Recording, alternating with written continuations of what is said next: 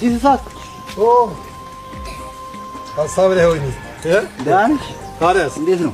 አለ አለ ነው ብለን ሰላም ታዲያስ አለ እንዴት ነው? ሀገር ማለት መስለሽል እንዴ? ምን እባክህ አንቡብሻል።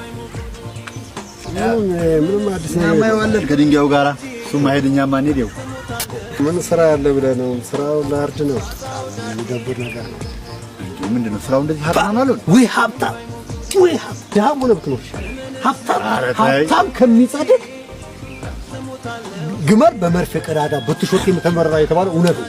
ገርማል ሰውዬን የሚያነጋ ከሽሮ ሜዳ ቦሌ ድረስ ላቤና ጉልበቴን አንጠፍጥፌ ወደ 30-20 የሚሆኑ አገልግሎቶችን ይመጣን እሱን ጋር ላጣራዋለሁ። አንዱ ሀገር ልብስ በስምንት በቀን 22,000 ብር 22,000 ብር ታዲያስ በአመት አስለው እስቲ የትናየት እኮ ነው የሚያገኝ ሰዓት ሆነሽ እንጂ ለኔ እኮ አይደለም ለሱ ነው የሚገባለው። ይህ ደግሞ እኮ የሚገርመኝ እግዚአብሔር ነው።